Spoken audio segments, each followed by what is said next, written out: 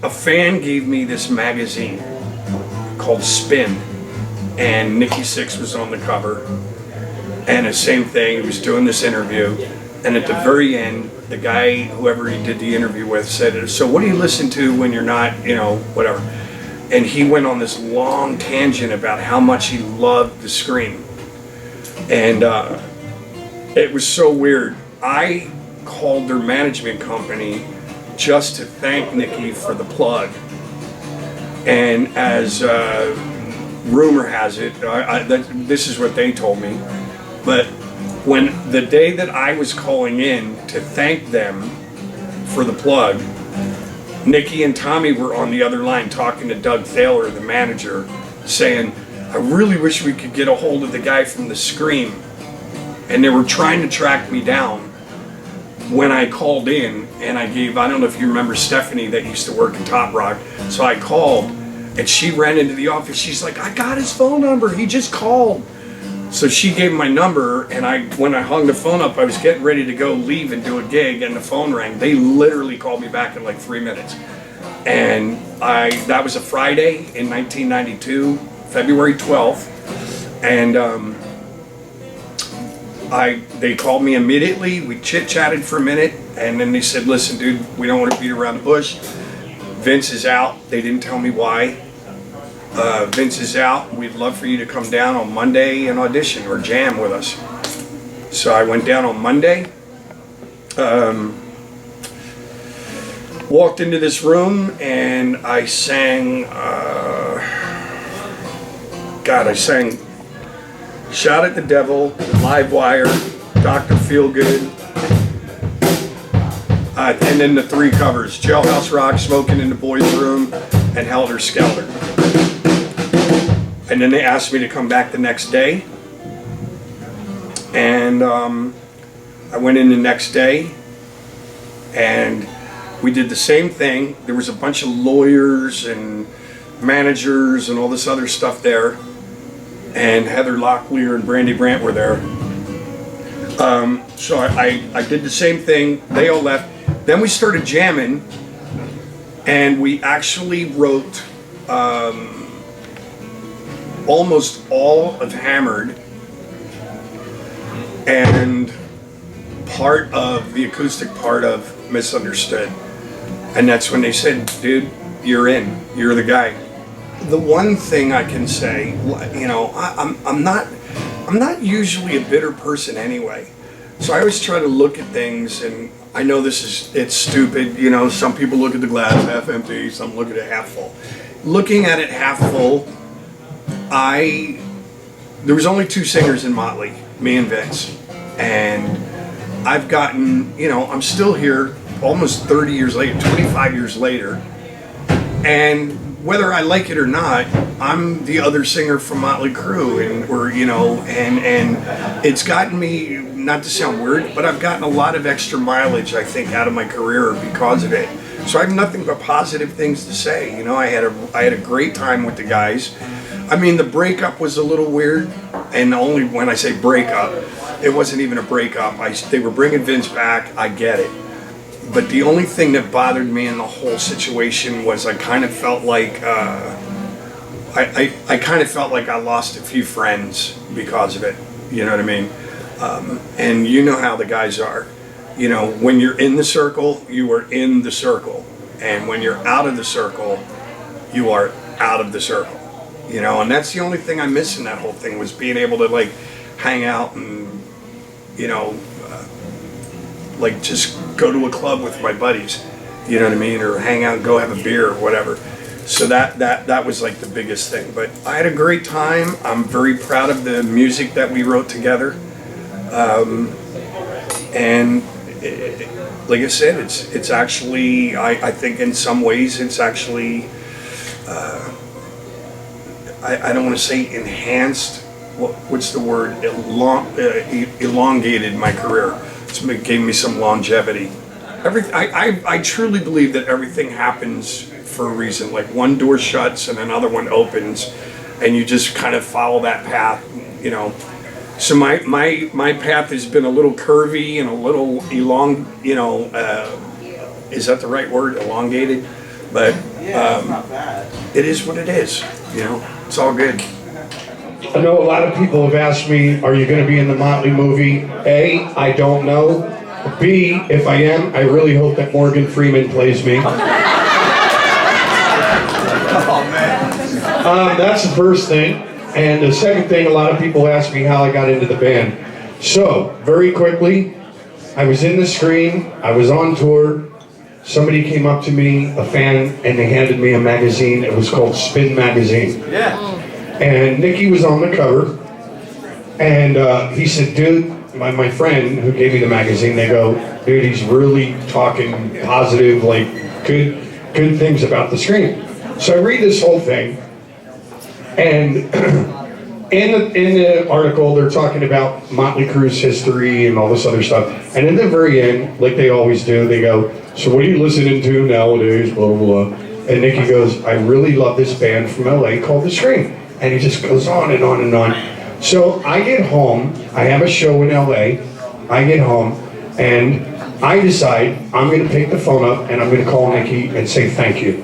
So, pick the phone up, I make the call, and I leave my name and my number with the girl that answered the phone, and she sounded like she was kind of freaking out. So I give her the information, and I'm getting ready to walk out and go do my gig, and the phone rings. And my wife, I'm walking out the door, my wife at the time goes, hey babe, you know, come back. Somebody's calling for you on the phone. I go, take a number. I'm busy, I gotta go, I got a gig to do. And as any good, persistent wife would say, she said, she put on her best voice and she goes, you need to come back here and answer this phone call. Mama needs new shoes. So I go back in the house, grab the phone, and I go, hello? And I hear, dude, it's Tommy Lee! And in the background, I hear, and Nicky Six! So they're out. Now this is February, I can tell you the date, February 12th. They're out shopping for their wives for Valentine's Day. So they're calling me from Nicky's like $7 million Italian sports car. I don't even know what the hell it was. All I know is it was convertible. It had a phone, it had a fax machine, had a Jaeger dispenser, hot and cold running women, an auto suck for long drives. It was crazy. So they call me up, and we beat around the bush a minute, and then they go, listen dude, I just want to tell you, you know, you can't say anything to anybody, but Vince is out, and we want you to come down on Monday and jam with us. And I go, what? So I go on Monday, I walk in on Monday, we do Livewire, Shot at the Devil, Dr. Feelgood, Smoking in the Boys' Room, Helter Skelter, and Jailhouse Rock. Boom. They go, can you come back tomorrow? I said, yeah, sure. So I leave, come back the next day, we'll walk in this time, same room, but this time there's all these guys in suits against the wall. And they go, this is our manager, Doug. I go, hey, nice to meet you. This is our accountant, Chuck. How's it going? This is our lawyer, David. Hey, dude. This is our lawyer, Mike. What's up? This is our lawyer, Carl. How you doing, brother? This is our lawyer, Bob. Wait, how many fucking lawyers you guys have? Well, I found out later they get sued a lot. So I'm a little intimidated by this wall over here. I turn over here to walk to the microphone, and I'm like, holy shit, there's Heather Locklear and Brandy Brand. I'm gonna focus on this side of the room. Because I'm singing a TJ Hooker and a Playboy Bunny, bitches. Boom. So I do. And we do the same songs again. And then we started jamming at the end of the night. And if you have the record, the first song that we wrote was a song called Hammered. And we wrote it, almost 80% of it, that night. Now, they were trying to be a little low-key, so Nicky got up, went to the bathroom, Tommy got up, went to the bathroom, Mick got up, went to the bathroom, I'm in the room by myself. I'm like, oh, that wasn't obvious. You're going to talk. So they go out, they come back in, they sit down, and they said, welcome to the Crue. Now, about 3 weeks later, 4 weeks later, we did a demo. We did 5 songs, and on the 5 songs, 3 of them made the record. One was Hammered, one was Love Shine, and one was this.